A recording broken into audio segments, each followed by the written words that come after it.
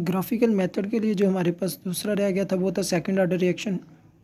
Second order reaction की जब हम इंटीग्रेटेड रेट इक्वेशन लिखते हैं तो वो है हमारे पास 1/a minus X is equal to K T plus 1/e। Y axis पे वही हमारे पास equation of straight line y is equal to M X plus B. Y axis पे हमारे पास आ जाएगा 1/a minus x. X axis पे आ जाएगा हमारे पास t, m हमारे पास k वही स्लोप और b हमारे पास 1/a इंटरसेप्ट। इसके अंदर हमारे पास दो वेरिएबल्स हैं 1/a और t, दो वेरिएबल्स हैं जिनके दरमियान ग्राफ को प्लॉट किया जाएगा। और इसके लिए भी जब हम ग्राफ को प्लॉट करते हैं तो हमारे पास कुछ ग्राफ स्ट्रेट लाइन आते हैं। अगर ये स्ट्रेट लाइन आ गया तो हमारे पास ये सेकंड ऑर्डर रिएक्शन है, और अगर ये स्ट्रेट लाइन नहीं आ रहा सेकंड ऑर्डर रिएक्शन के लिए, सेकंड ऑर्डर रिएक्शन की इक्वेशन में वैल्यूज़ को पुट करने के बाद अगर ये स्ट्रेट लाइन आ जाए तो सेकंड ऑर्डर, अगर ना आए तो फिर ये थर्ड ऑर्डर हो सकता है, या माइट भी ये हो सकता है कि फर्स्ट ऑर्डर रिएक्शन हो। यानी कि जब भी हम करेंगे इक्वेशंस के अंदर वैल्यू पुट करने के बाद ही देखेंगे। अगर ये स्लोप वगैरह कोई प्रोड्यूस कर दे यानी कि स्ट्रेट लाइन इक्वेशन ना दे तो वो हमारे पास सेकंड ऑर्डर रिएक्शन नहीं होगा। और अगर यही फर्स्ट ऑर्डर के लिए करें तो उसके लिए भी स्ट्रेट लाइन इक्वेशन आनी चाहिए, उसके लिए आ जाए तो हमारे पास वो फर्स्ट ऑर्डर रिएक्शन होगा। और अगर उसके लिए भी नहीं आता तो फिर थर्ड ऑर्डर के लिए भी सेम एक्सपेरिमेंट करेंगे। अगर थर्ड ऑर्डर के लिए भी नहीं आ रहा तो फिर वो हमारे पास ज़ीरो ऑर्डर रिएक्शन हो सकता है। In case of curve is obtained the reaction is not second order. और यही हम फर्स्ट ऑर्डर के लिए भी रूल को अप्लाई करेंगे, सेम हमारे पास यही आएगा। अब हमारे पास है थर्ड मेथड इसका मालूम करने का, हाफ लाइफ मेथड के ज़रिए, यानी कि हाफ लाइफ पीरियड को मालूम करके भी हम ऑर्डर ऑफ रिएक्शन को मालूम कर सकते हैं।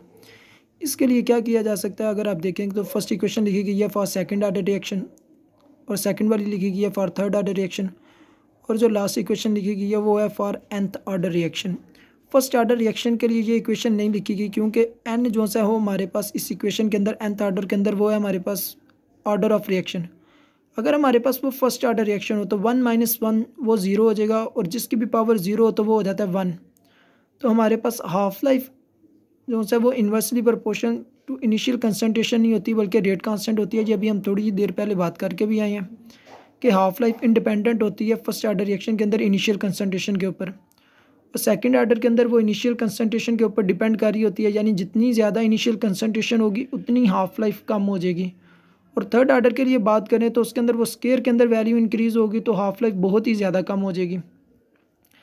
और अगर हमने इससे ऑर्डर ऑफ रिएक्शन मालूम करना है तो हम इसके लिए दो रिएक्शन ले लेते हैं। एक रिएक्शन ले लेते हैं जिसकी हाफ लाइफ T1 है तो उसकी इनिशियल कंसंट्रेशन हम सपोज कर लेते हैं A1 है। एक और रिएक्शन ले लेते हैं जिसकी हाफ लाइफ 2 और जो उसकी इनिशियल कंसंट्रेशन है वो A2 ले लेते हैं। अब क्या करेंगे, इन दोनों इक्वेशन को आपस में डिवाइड कर देंगे। जब हम इन दोनों इक्वेशन को आपस में डिवाइड करते हैं तो डिवाइड करने के बाद इक्वेशन 1 को 2 से डिवाइड करेंगे तो A2 ऊपर चला जाएगा, A1 नीचे, और जब ये नीचे डिवाइड हो रहा है तो ऊपर जाके यही मल्टीप्लाई हो जाएगा तो A1 n-1 A2 n-2। जबकि दोनों की पावर n-1 है तो हम दोनों की पावर को कॉमन ले लेते हैं, यानी कि T2 our T1 initial concentration A1 divided by A2 n-1। n हमारे पास क्या है, ऑर्डर ऑफ रिएक्शन, A1 हमारे पास क्या है, इनिशियल कंसंट्रेशन फॉर रिएक्शन 1, और उसी के लिए हमारे पास T1 क्या है, उसकी हाफ लाइफ। A2 हमारे पास initial concentration of second order second reaction, और उसके लिए जो हाफ लाइफ होगी वो हमारे पास होगी T2।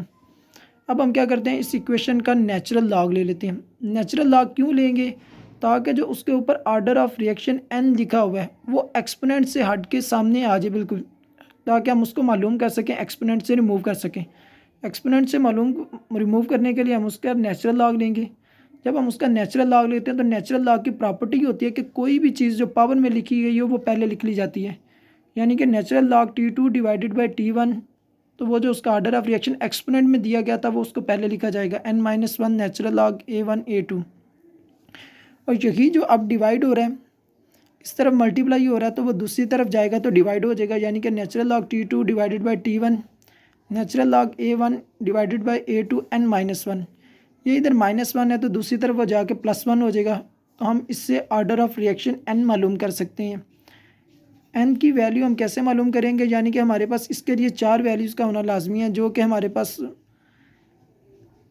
सेकंड हाफ लाइफ हमें पता होनी चाहिए, दोनों हाफ लाइफ की वैल्यूज़ का पता होना चाहिए, और दोनों की इनिशियल कंसंट्रेशन मालूम होनी चाहिए। अगर हमें इनकी वैल्यूज़ मालूम होगी तो हम इनका नेचुरल लॉग लेके उसके अंदर +1 कर देंगे तो हमारे पास ऑर्डर ऑफ रिएक्शन मालूम हो जाएगा। और इसके लिए जो अब चौथा मेथड दिया गया वो है हमारे पास डिफरेंशियल मेथड। डिफरेंशियल मेथड हमारे पास क्या है, rate of reaction of the nth order is proportional to the nth power of concentration minus d c over d t. D c हमारे पास क्या है, सी है हमारे पास कंसनट्रेशन, डी सी है डी हमारे पास क्या है, small change in concentration with respect to time, यानी कि जो भी कंसनट्रेशन के अंदर चेंज आए और कितने टाइम के दौरान वो चेंज आया है। यानी कि हम कंसनट्रेशन को सपोज करें आफ्टर 5 सेकंड के बाद मेजर कर रहे हैं, तो हमारे पास डी टी में हमारे पास आ जाएगा 5 सेकंड, और कंसनट्रेशन में देख लेंगे कि 5 सेकंड गुजरने के बाद रिएक्टेंट कितने प्रोडक्ट के अंदर चेंज हो गए हैं। के हमारे पास क्या होगा, रेट कांस्टेंट, सी हमारे पास कंसनट्रेशन एट एनी इंस्टेंट, और एन हमारे पास होगा ऑर्डर ऑफ रिएक्शन। यहाँ पे माइनस का साइन लगाया गया, जब भी हम रिएक्टेंट के लिए इक्वेशन को लिखेंगे तो माइनस का साइन लगाएंगे, क्योंकि ये रिएक्टेंट आहिस्ता आहिस्ता कंज्यूम होकर प्रोडक्ट में चेंज हो रहे हैं। और अगर यही इक्वेशन हम प्रोडक्ट के लिए लिखेंगे तो उसके साथ प्लस का साइन लगाएंगे, क्योंकि वो आहिस्ता आहिस्ता इंक्रीज़ हो रहा है।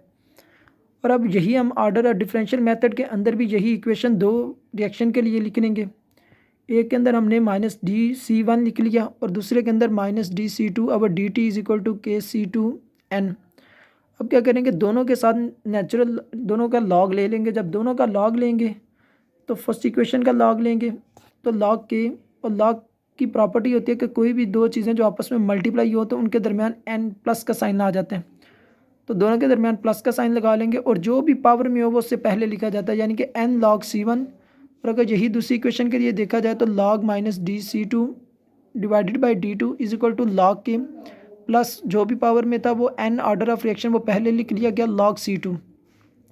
अब इन दोनों को सब्सट्रैक्टिंग करेंगे, यानी कि दोनों को आपस में करने के बाद अगर फर्स्ट इक्वेशन के लिए देखा जाए तो दोनों के इक्वेशन वन में से इक्वेशन टू को माइनस कर दिया जाएगा, log minus d c one divided by d one minus log d c two concentration two के लिए डिवाइडेड बाई डी टू, और लॉग के साथ कैंसिल हो जाएगा। आगे हमारे पास आ जाएगा n log c one minus n log c two, यानी कि कंसनट्रेशन वन के लिए ऑर्डर ऑफ रिएक्शन और कंसनट्रेशन टू के लिए ऑर्डर ऑफ रिएक्शन। अब इसमें से हम एन को कॉमन ले लेते हैं ऑर्डर ऑफ रिएक्शन को, तो हमारे पास बचेगा log c one minus log c to.